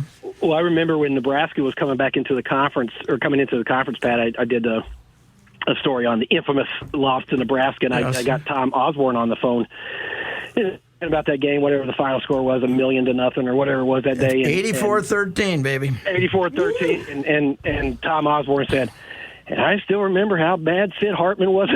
So that's what, I guess Sid must have ripped him for running up the score or something. I don't know, but Tom Osborne still remembered that Sid was mad about that game. The great thing about that game beyond 84-13 is we had the ball for 39 minutes. That's how long it took Nebraska to score 84 points. Wow. 20 minutes. Kicked their ass, time of possession, baby. That feat will never be duplicated. No. I can go on record and say that'll never happen again. All right. Hey, Chip, thanks for your time, sir. All right, guys. All right. Good luck. Talk to you. Thanks. I'm having a sad thought. What? What are we going to do for material?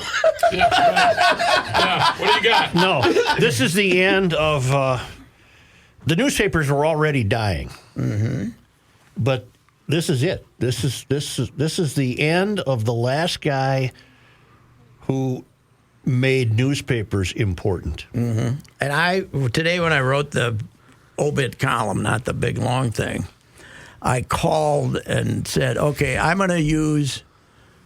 not going to use newspaper reporter when I refer to him. I'm going to use newspaper man because that's the era that he's from. It was, newspaper man. Papers were important. I said, I don't want anyone to think that this is a sexist, unintentionally sexist remark. Because he, more than a reporter, he was a newspaper man. He could have worn the hat with the thing and the green shades. Yeah. I don't know if you and I will live long enough, but the next thing we'll see pass is the actual newspaper. Yeah, we're hanging in there, but I don't know how long. Who knows? 5 years from now, what it's going to be like. I'd like to sign off with my one of my favorite moments when your dear friend Harvey McKay. He was in on that, by the way. Yeah, he helped get rid of you. Yeah. Muhammad Ali, he gave Muhammad Ali Harvey $50,000 to show up for his book signing at one of the books. I don't know which one. And just make it seem like it's random. Oh, arm Muhammad, wrestling with the Sharks or whatever whichever one it was, Harvey. But Harvey gets Muhammad, and then that afternoon before the book signing, Harvey invites some of us to come up and meet him and say hello to him. And I've told this story. And Hondo's up there and doing tricks. And Muhammad's looking at him saying, you're the devil. You're the devil. And he's got the Parkinson's, but he's not, he's still pretty good. And as I've told the story, Harvey has him set up. Sid Hartman's going to be here. And that's where he comes in and he says, Muhammad, Sid Hartman here. And he gets that glare on his face. And he looks up at him, and he gets up out of the chair, and he makes a fist, and he said, Sid Hartman, I remember you. You're the guy that called me the N-word. But he didn't say the N-word. Right. And Sid's going, no, I never did that. And he's got Sid like backing across the room. Apparently, this was a regular occurrence with him. He would that was one of his jokes when he met somebody new. But God, I would have liked to have a videotape of that one because Sid is backing up like. Like Joe was when one his name picked him up in Canada. It looked like Michael Spinks running away from Mike Tyson. Unbelievable. God, it was amazing. I found a clip of the Sid rules. Oh, really? Do you guys want to hear a minute or two of it? Okay. Yeah. Played the Green Bay Packers when we were assured that this team loved Jerry Burns and would put its heart and soul onto the turf. And you are Patrick James Rice. Yes, I am. 9, lobby for the return of any coach or athlete with a connection to Minnesota, no matter how vague. Number 10, no quote is too bland, no item too meaningless. Well, we don't have that. We Number just got 11, the end of the use list. disconnected thoughts in convoluted sentences. Number 12, silence the critics, mock the geniuses. Yes. Number 13, blame the fans. Number 14, throw down the gauntlet. And number 15, and last but certainly not least, follow the law of diminishing goals. Mr. Donald Betzold, Fridley, Minnesota. Step forward for your sheepskin, please. He gets 2 tickets to a North Star game. Tom Welty. All right. We don't have the first 8. I'll see if I can though. find We it. don't have the I'll first see if I 8. can That find- is good. The law of diminishing goals is one of his. That should be way higher on the list because that was about number 3. Right. If they can win this year, we're going to the Rose Bowl, and with a week going to the season, if we can win this one, we can go to the Independence Bowl. Right. Right. Matthew, it might be on that reel-to-reel tape with my writing on it. I think I remember doing that during the special. I had them printed out some damn place. but I We don't used know. to hand them out. Yeah.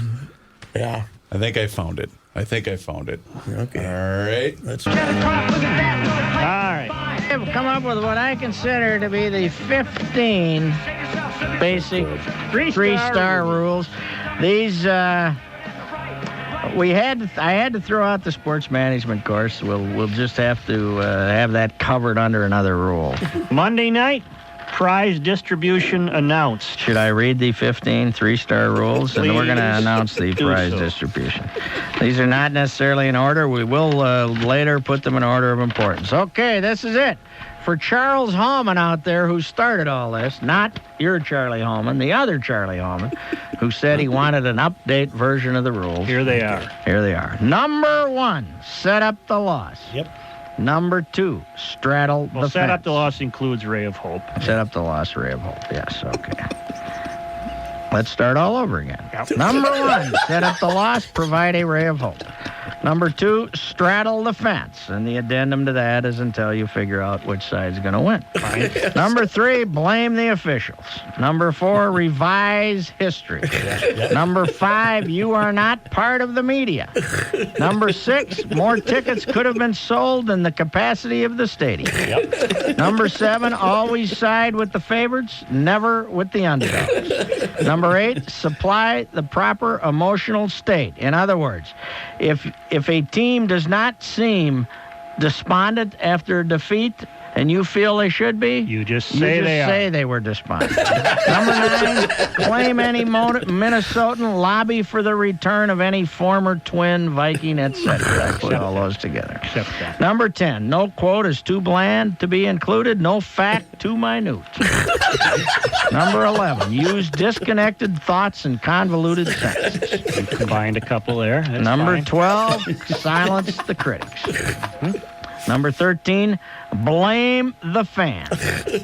In other words, not being loud enough, not being support enough, being too stupid. Mock the geniuses is kind of an addendum. And Betzold has explained the entire genius theory in his extraordinary extra class work. Mock the geniuses.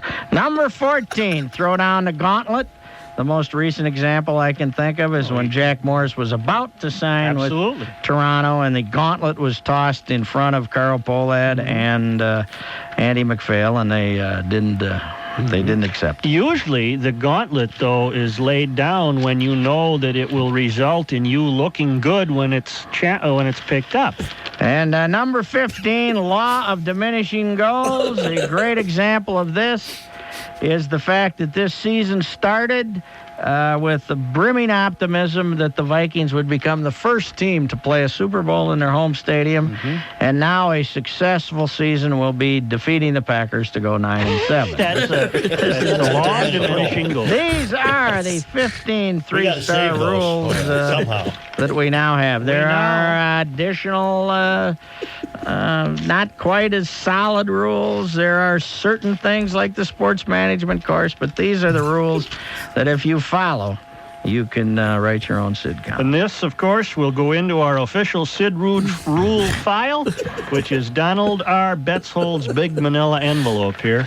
And prize distribution for the contestants. Yeah. We will not announce a winner today. Well, the those were competition ones was we close. mentioned through the years. You know. Wow, what radio professionals you guys were. Huh? Hey, yeah, it was. I was trying to think now. Kenny. Yeah. You go back a long ways. How much? Late 80s. What percentage of our radio time was spent on in Monday night and Saturdays, especially Monday nights? Monday Night Sports Talk was 2 hours, right? Yeah, it was 2 hours. You spent about 95 minutes working Sid over. Seriously. And you two were the most unprepared hosts I've ever worked with. And it didn't matter because you had all the callers, then you had all the callers that had the secret number, and all you guys did was work on Sid. You just worked him over every night. It was so fun, though. It was so easy. I know. It was wonderful. Yeah. Well, one of my favorites, and Reavers is finding it right now, is this. Oh, give me 1 second. Oh, okay. This is one of those callers that would have had fun with Sid. Is this the go to? Take our break. And no. Start this man right now. Okay. Yes, This is sir. Flashback City for me. Here's today's sports hero, John Guten. John, your new head coach, the Gophers. I can't go out of it. First Oik and Dell, now this. Hello, mercy on you guys. Keep trying, Sid. A crying Sid is great. Try it I'll tell you something right now. He calls the 82-year-old mother. She tells me to go straight to heaven. How do you fight something like that? There's money. You're just throwing money around. Trying to fight that. I know. That's throwing around those plenary indulgences. It's pretty tough. Where is this in your lowest moments in life, Sid? It's right down there at the snake's belly. Yeah, I feel pretty low.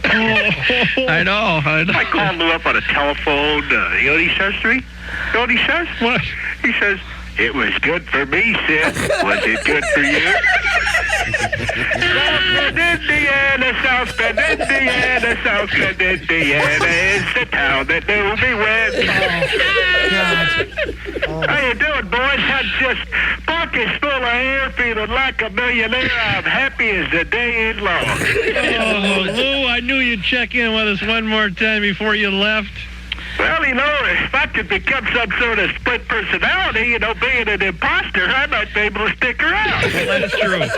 You know, the thing I wanted to know, Lou, is you kept up that front right till the end. You don't come from my school of hard knocks and not learn how to play your hand to the end, Suki. Unless I never said I'd marry you. Close. Should we just run here and see if they want to tell it to Lou? If they don't, we'll put them on hold. Well, just before you take off, I'll have to interject a few words. Man, you guys were good back then. Remember one time, Guy Green calls, "Here's today's sports hero, God." He did a whole God thing. Yeah, he had a couple of... kind of falling out of favor in a lot of areas. A couple of rough decades in the 60s. Holt's leaving does bring up my favorite Chad story, which is... how's he doing, by the way? What? I talked to him last night. He was tough. He was tough. He was having a hard time. But I'm going to talk to him again tonight. But Chad spends a year at the university, decides it's time to break away, and decides to go, as he called, to the Harvard of the West, Arizona State. You know? And he goes to Arizona State, and he gets on the radio down there, and he does their games, and he's making his life. But Sid takes him to the airport in August, which is, risking his life riding out there with Sid, more dangerous than the flight. And Sid is like weeping at the gate because you could still go to the they've never really, been separated. And now he's going to go off. And this is 85, and he's going to go off and go to Arizona State, and he won't see him again until Thanksgiving. And Sid's all upset. So now he comes back on Wednesday night of Thanksgiving. And Sid's waiting at the gate, and Chad's getting ready for the big hug, how much I love to see you. And Sid looks like his mother died. Sid is sitting there at the gate, and his chin's down on his chest, and he's like, hi, Chad. And Chad says, Dad, what's wrong? And he says, Holtz is going to Notre Dame. Talk about taking your work home with you. And I got that from Chad. That's wonderful. I worked with Chad for a year, and it really surprised me because Chad would call Sid. Yeah. Not once in the year that I worked with him did I hear him refer to Sid as Dad. And he told stories about Sid the way the rest of you guys did. It was so fun listening to the stories come right from Chad. Did you see Doogie's story? Yes, that was a good one. It was so when he was working at the Fan. This was a little bit after I was working at the Fan. He and Justin Gard, who was Dan Barrero's producer, wanted to go watch Notre Dame play USC. The big where USC scored the touchdown at the end of the game. Yeah. And so Doogie had I was at that game, by the way, for the paper. So Doogie had asked Sid if he had a connection to get tickets. Guess who left him 2 tickets? Pete Carroll. Really? Left tickets for Doogie and Justin Gard. Well, I never used him except for Chris and I were going to New York to watch the Twins for 4 games. And I said, hey, can you get George to get me some decent seats? Because the Yankees were packing them in. Little tiny Mike Blomberg was sitting in front of us. Wow. We had his family, Bloomberg, excuse me, and then us. We were behind them, and the price was right. Did you get the tickets for my kids at Yankee Stadium, or was it Sid? Yeah, we went through Sid. Yeah, they were sitting with Rudy Giuliani. Yeah, right. Wow. At Yankee Stadium. Yeah. Wow. What the hell did I miss? What's going on? I missed out here. Too late now, baby. Yeah, you're right. They're both dead, George and him. Yeah. Oh, man, the sports show. I suppose I could tell stories about that for 6 weeks, too. It was unbelievable. The greatest ever. Hey, Maxie, I got to give a plug to Starkey Hearing. They're giving me this new thing that's great. So he comes on. He says, Starkey Hearing, those people are fantastic. They're the greatest. They're really helping me out. And he finishes, and Maxie says something. He says, huh?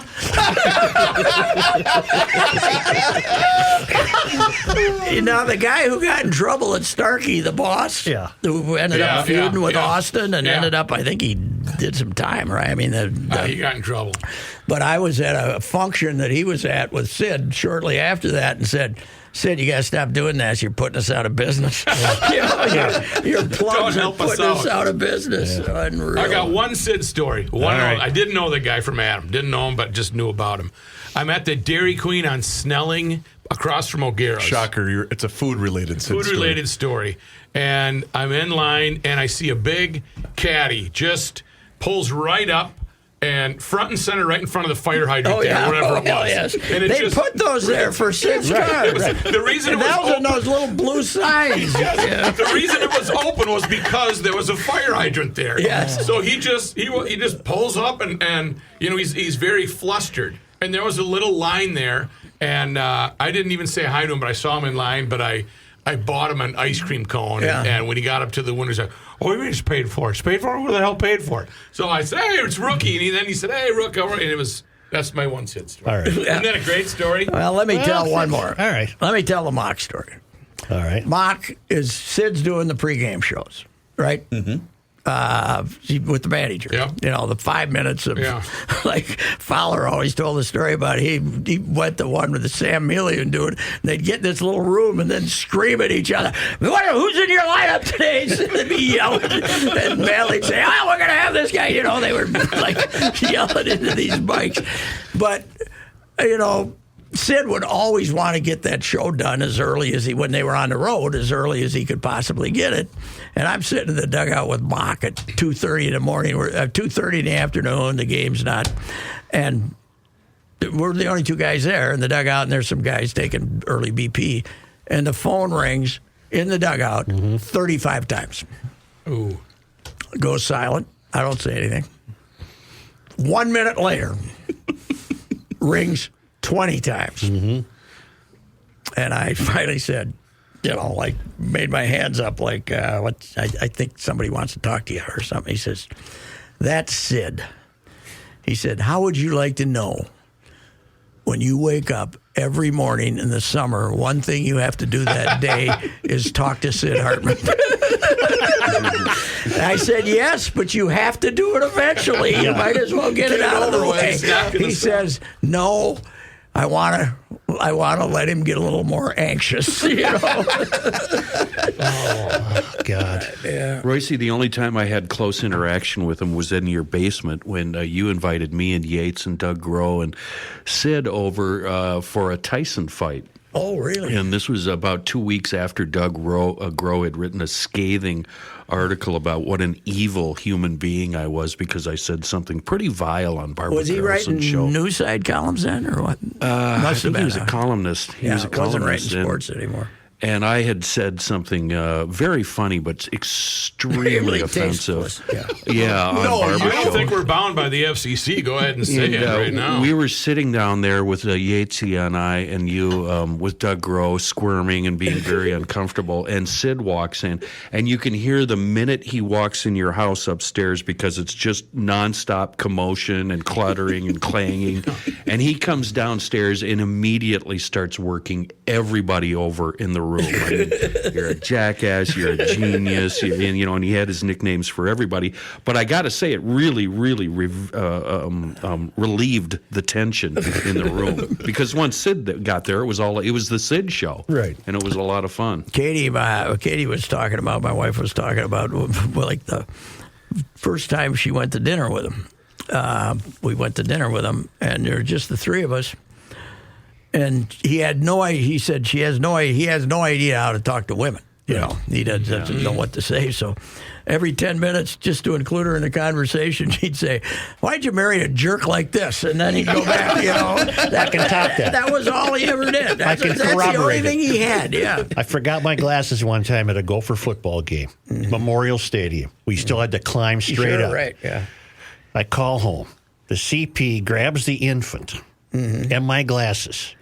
Talks her way past security. She could do that better than Sid. Climbs up to the press box. Summons me. Sid, for some reason, walked with me to the door saying, I got to see this or something. She hands me the glasses and he says to her, Jesus, you had to be drunk when you married him. That was his only icebreaker with wives was, how'd you marry that idiot? Yeah. Oh, man. We won't. We always say we won't see another one, but we won't see another one. We will not see the another world. I'm not talking about. I know you aren't. I'm not talking about Minnesota. I'm talking about the world. I'm not talking about the universe. The world. I'm talking about the Can Venus. I get an amen? Venus. We might have people on Venus. We don't have any like him. You know. Right. All right, that tape recorder and microphone better end up at the Pavic Museum. I agree, Kenny. I think. I agree. Well, we screwed up today, though. They put the front page. They put the tape recorder on, but they didn't have the ancient one. They had the next version. Yeah, the one from the mid-'70s. Oh, yeah, that one. I mean, that was an instrument. If somebody was trying to mug you, you could have hit them with it. All right, I have a question for the two of you, Joe and Pat. You guys talk about the competition. You know, you both worked with him at certain times. In retrospect, did he make you two better at your job? No. No. Really? No. Reaver's going for that tender moment. No. I meant it. He was for being better. He was in charge of when I got hired as a copy boy, which got me in the sports business. But the reason I got into the sports business wasn't because of the work. It was because getting to drink at the court bar with all these characters when I was 17 or 18 years old. I said, "These are the greatest guys that ever. This is what I want to do." Right. Okay. Well, all right. Royce, did he have any involvement in you jumping ship from St. Paul over to Minneapolis? No, he didn't. He did not. But and how did he feel about that? He told me that he was the reason I came over, but I know better than that. I know better than that. You know, every Sid eulogy, this could have been, he should have left one about himself, because every Sid eulogy turned into a tribute to Sid. Yeah. You know, basically it would be how much he's done for the guy that just died. Right. In this case, you know, he was. You'll see Bud and guys like that say he did a lot for me, and he did. I mean, he was a great promoter of local teams, but I never saw that as the job. But anyway, I didn't either. So we didn't have that in common. But certainly, as I said earlier today, there were 5 days a year that I loved him, and 355 days that I was kind of ambivalent. And 5 days a year that I said, "What in the hell is? How long are we going to put up with this?" You know. So, but we're going to miss him for sure. There's no doubt about it. One of those days was when. What was it? Was it an umpire that he? Oh yeah, I called him some dirty names that day. The guy called out. Was it Herbie? Who did he call out? I can't remember. Somebody slid in the second baseman, took him out illegally. Ended the Twins game. They lost the game. And we're all waiting downstairs to go talk to the umpire because it decided a game. Right. And I think the Twins were pretty good then. I don't know. But I can't remember. It was Jim Joyce, I think. But Sid starts MFing him when he walks up, when he, you know. After 0.5 seconds. The only reason Sid's in the group is because everybody else went down there. And then, so now the guy won't talk to us, right? Because Sid won't explain it, because Sid's screwed it up, screaming obscenities at him, and I went nuts. Every filthy name that Jim Joyce called Sid, Sid called Jim Joyce, I quintupled it. Yeah. And I said, "You crazy old SOB bleeping. Now we don't know anything." Would you have used the F word as a verb, adjective, and a noun? All of above. Article. Yes. Every C word imaginable, small or short. I just went insane. Oh, I love that. And how'd he take it? He says, "Well, I got a right to say what I want to." I said, "Yeah." Yeah, that was probably the maddest I ever was at him. That's for sure. That's for sure.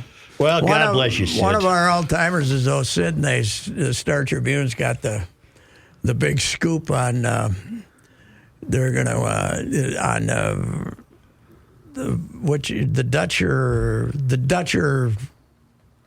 scandal that's going to go on, not the alleged rape in Madison, but later they got this big story coming on. At the Gingle. No, that's Clem. Okay. This is later.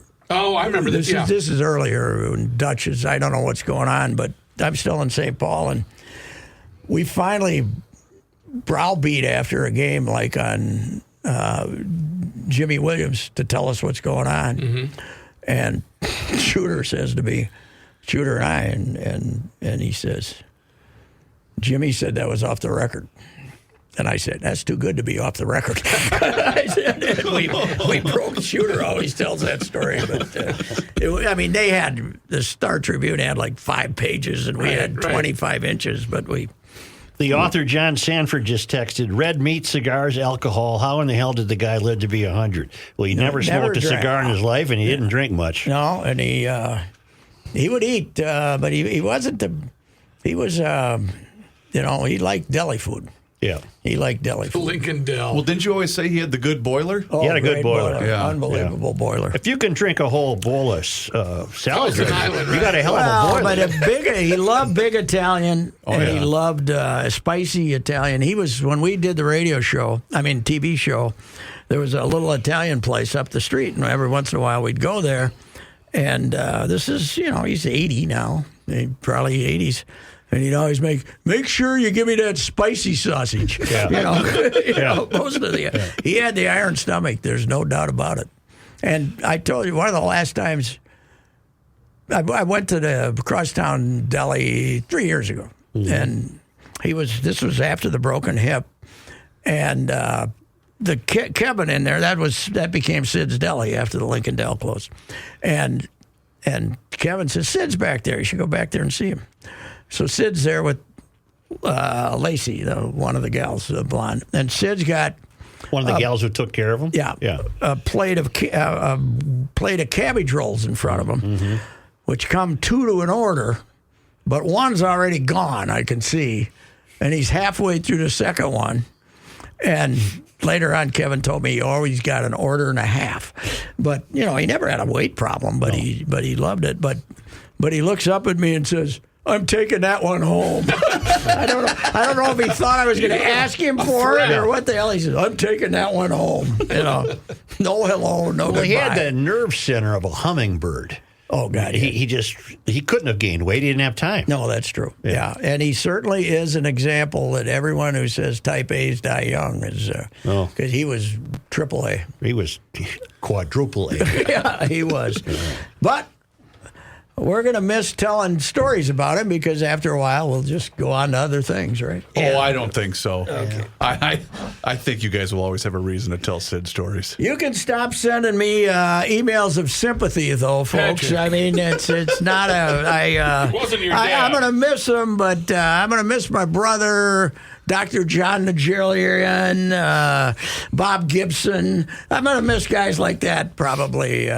Just as much. Just as much. As much. I don't want to say more so, but just as much. Right. I feel sorry for his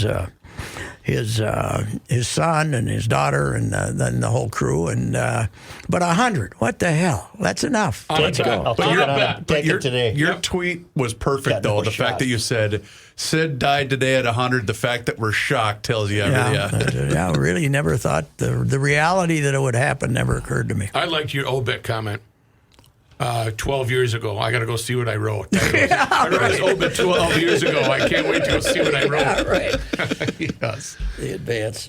All right, Suchi boy. All right, Patrick. All right. All right, Rook. Goodbye. All right, Bros. Do you think Sid ever went to Fratelloni's, Joe? No. If he did, it was by accident. He had people.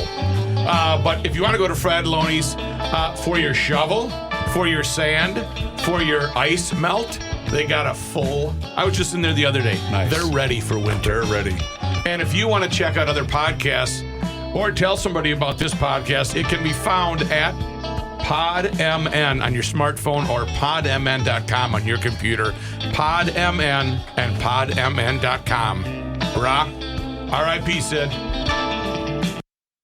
Hey, Garage Logicians. Stick around for a preview of American Experiment's latest podcast with Grace Keating and Katherine Johnson. This week, we're talking Governor Walz and Governor Pritzker's conspiracy theories, Columbus Day, and Walz's mythical gun control special session with Bill Walsh and Minnesota Speaker Lisa Damuth. Bill, we're excited to have you back on the show. I feel like it's been a few weeks. It has. Yeah, we haven't done a Stop the Tape in a while. It's time for Stop the Tape. Stop the Tape returns. Love it. Last week, the Star Tribune had this summit, North Star Summit, and they invited Governor Tim Walz, and I think Pritzker was there as well, Governor right? Pritzker of Illinois. Mm-hmm. Yes, which is important to us. Actually, you might think just the governor of Illinois, but he's actually the biggest donor to the Minnesota DFL. So for some reason. Wait, not National Democrats. He's the biggest donor to the Minnesota Democrats, is the Illinois governor. Correct. Yeah.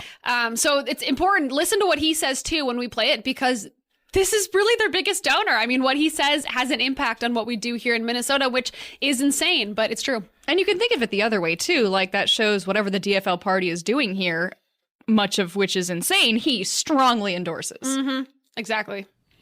Yeah, so like you said, Star Tribune did this speaker series. They're probably going to continue it. It's good material for us, I think. They did a couple of panels, and one of them, well, like you say, the two governors. As you're going to see, at least it was an excuse for Governor Walz to dress like a governor. So he actually put on a suit, which I appreciate. Maybe others don't care, but he seems to dress like when he goes to Farm Fest, he tries to dress like a farmer. So today he dressed like a governor, and I appreciate it. Yeah, I saw it was pheasant hunting opener. Is that right? Yep. He has like one red flannel. Have you guys noticed this? He does need to get more. Like he has one. He needs more. If he's going to do the flannel thing. It's a uniform, get the uniform on. But he did get a bird, and he did manage to handle his shotgun this time, unlike when he was running for president and he had trouble with his shotgun and people made fun of him and said he couldn't use a shotgun. I know he can, and thankfully for him, he successfully used his shotgun and got a bird. This could be what wins him a third term as governor. TikTok. This is clearly what matters to the people of Minnesota. But we're not going to stop the tape on Walz's successful hunting episode. Wait, someone made an AI though of him like missing the bird, and then all of these birds come and attack him. Did you see that? It's very funny. I don't know what content you consume. The comment section, spend your time. The comment section of Tim Walz's Twitter X is hilarious. That was a quick preview of the content you'll find on the American Experiment podcast. Come check out the rest of our conversation at americanexperiment.org/podcast or by searching American Experiment Podcast on YouTube or any major podcasting platform. New episodes drop every Tuesday afternoon. See you soon.